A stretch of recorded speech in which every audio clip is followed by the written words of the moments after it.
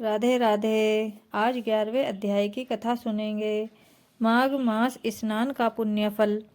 महाराजा दिलीप ने महर्षि वशिष्ठ से अति आदर पूर्वक कहा, हे महर्षि, मुझे माघ मास के स्नान के विषय में विस्तार पूर्वक बताइए, मेरी जिज्ञासा शांत करिए। सूत जी बोले। महाराजा दिलीप की उत्कंठा शांत करते हुए वशिष्ठ जी बोले, हे राजन, वेदों में जल को नारायण देवता का स्वरूप माना है। समस्त ग्रहों में सूर्यदेव सर्वोत्तम है। इसी प्रकार माघ मास सर्वोत्तम पवित्र मास है।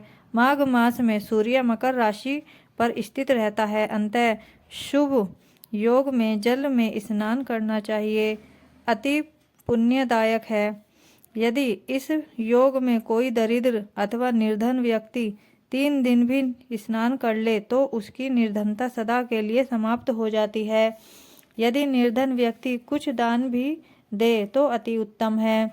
संपन्न व्यक्ति माघ मास में 3 दिन पवित्र नदी में स्नान कर ले तो अवश्य ही दीर्घायु को प्राप्त होता है।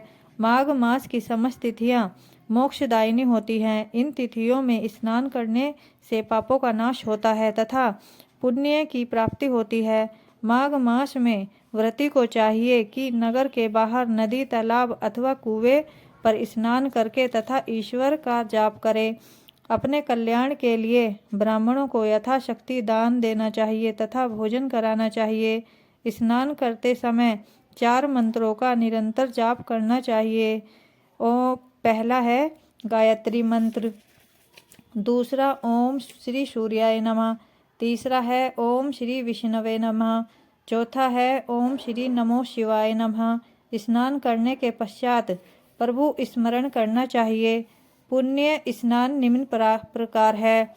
पहला, घर में ही घड़े के जल से स्नान करने से 6 वर्षों का पुण्य फल प्राप्त होता है। दूसरा, नगर के बाहर कूप अथवा बावड़ी में स्नान करने से 12 वर्ष का पुण्य फल प्राप्त होता है।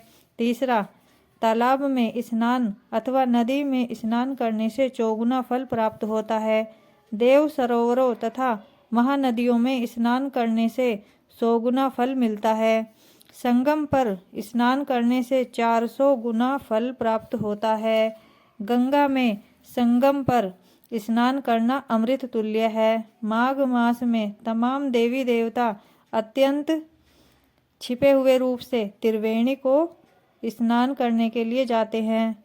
कथन है कि कांचन मालिनी ने अपने 3 दिन स्नान किए हुए का पुण्य फल, माघ मास का स्नान पुण्य फल प्राप्त कर एक राक्षस को प्रदान किया था तथा उसे पापों से मुक्त कराकर स्वर्ग को भेजा था।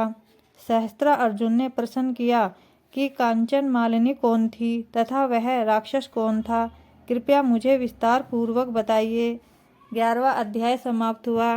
कंचन मालिनी की आगे की कथा 12वें अध्याय में सुनेंगे।